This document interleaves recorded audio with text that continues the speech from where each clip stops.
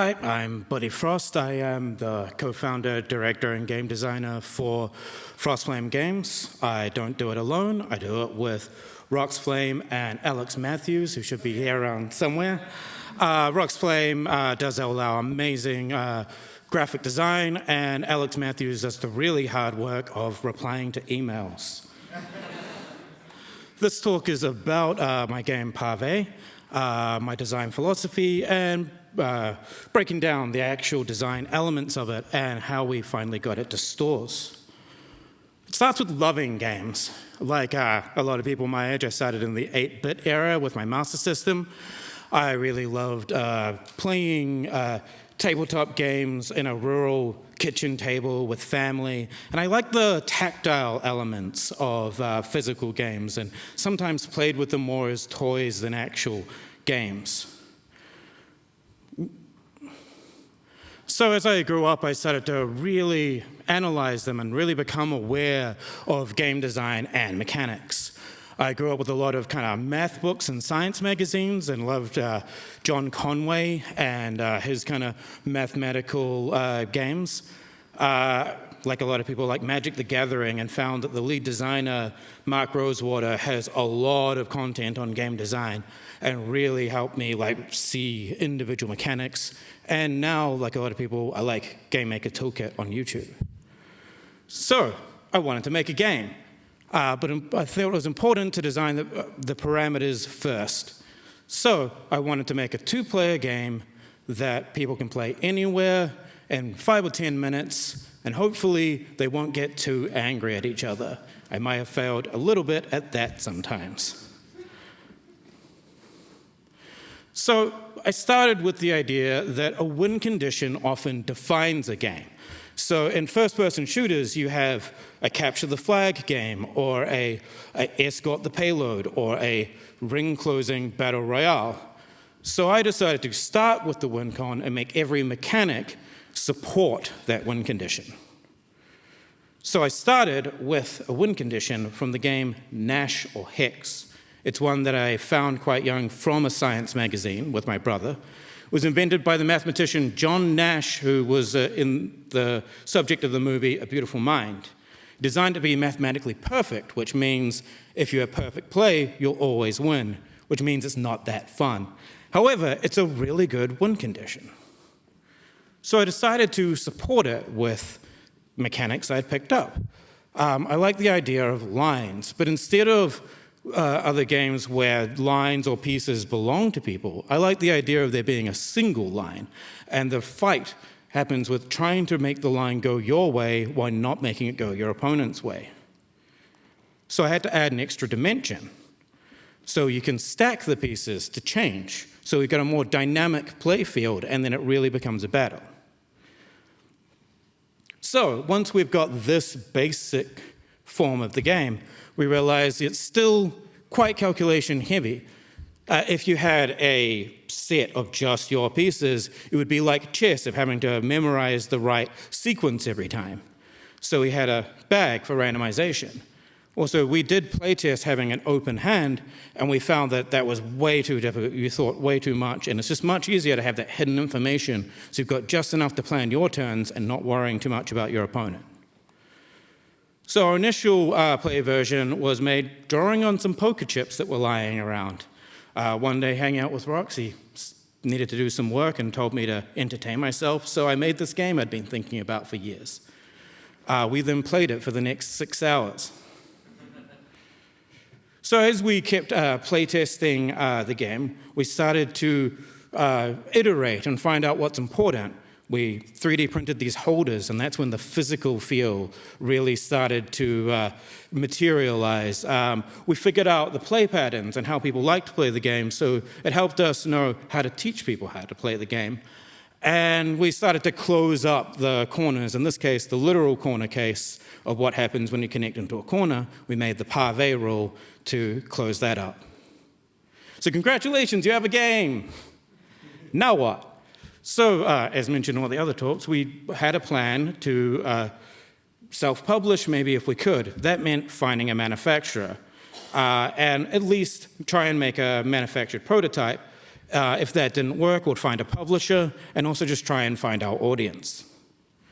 Manufacturers are hard to find. We had an industry list that had hundreds of manufacturers to contact, and none of them returned any of our emails.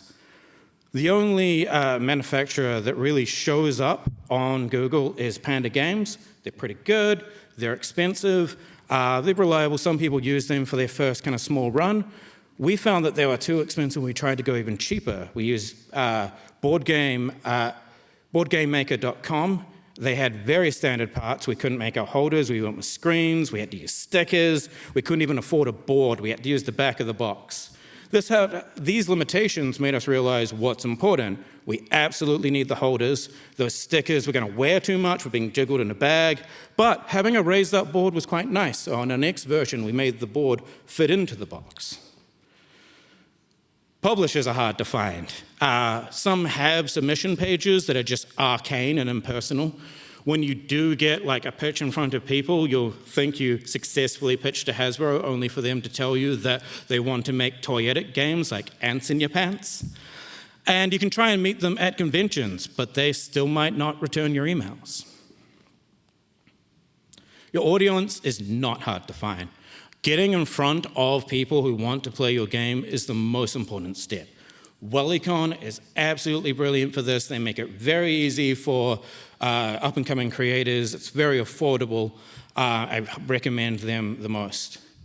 PAX is pretty good. They're very gamer-focused. Unfortunately, for a proper booth, they are booked out forever. But you can just go.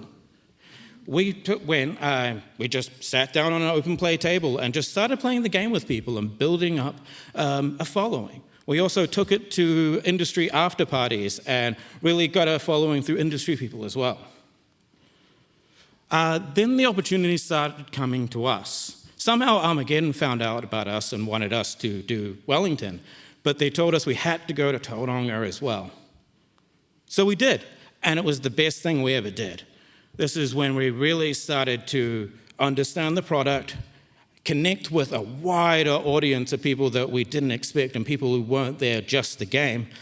And we really developed our convention skills and our best practices. And most importantly, we found a publisher. First, what does a publisher do for board games? Often they help develop the product and turn it from an idea into a physical product to be manufactured. They do the marketing, they pay for manufacturing, and they interface with the distributors. So into Game Kings. We met Ben and Elliot in Tauranga. There were these bright young kids from Hamilton. They had just started publishing some of their own card games, and they were a very successful online retailer.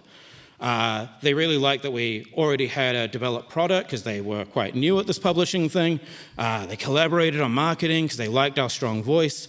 They paid for the manufacturing, the most important thing. But they also happened to be a distributor, wholesaler, and manufacturer all in one. So we were a success. It was a top seller. The ads were very successful and had a high conversion rate. We were very well played at conventions, and retail stores sold out because the story was not over. There was a problem. Retail orders were not getting fulfilled, and their company was struggling. They were no longer interested in maintaining the business, so they just sold.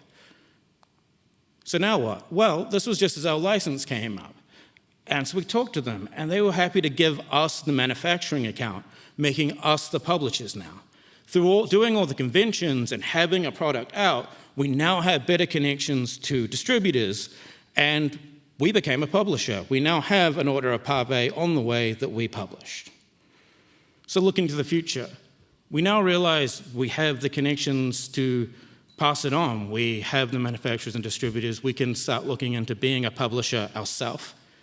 We're developing a digital version of Pavé, and we are working on other secret game projects. So come talk to us. We love doing board game design meetups, the potential for publishing games, and we have games to beta test in our Discord. And just talk to us about anything you want. So, Pavé! How long was your journey from start to finish? I think it took us 2 years to connect with a publisher, then 2 years to get it manufactured, and then another 2 years to now. Earlier you said went backwards, so you developed your win condition first. Yeah. Have you ever played around with multiple win conditions in a game, such as Civ, where they have different ways of winning? So I'm just wondering. Yeah, in general, my process is just kind of start with the strongest hook. So for this game, I decided that a win condition that was kind of novel was the hook, and then support everything. But in general, I think you want to build from just having a core concept and making everything support that. So if it's multiple win conditions, you can support that as well.